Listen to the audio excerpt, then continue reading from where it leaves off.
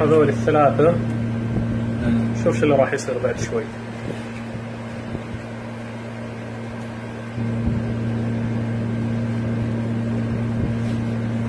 هذول الثلاثة شغلهم يبدو انه متعودين انه اي احد يوقف في المواقف، ايوه، يفتح الباب اللي جنب السايق على اساس انك انت مستعجل بتدق الريموت وبتمشي على ان السيارة مقفلة، وبعد ما تدخل انت بيشيل اللازم من السيارة. شوف ايش بيسوي بعد شويتين.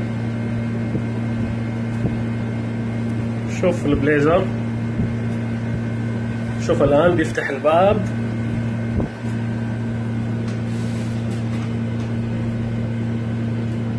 مجرد ما ينزل بيفتح الباب اللي عند السايق، بس الحمد لله تلحق عليه. لما انتبه لو ما عرف السالفة انحاشوا.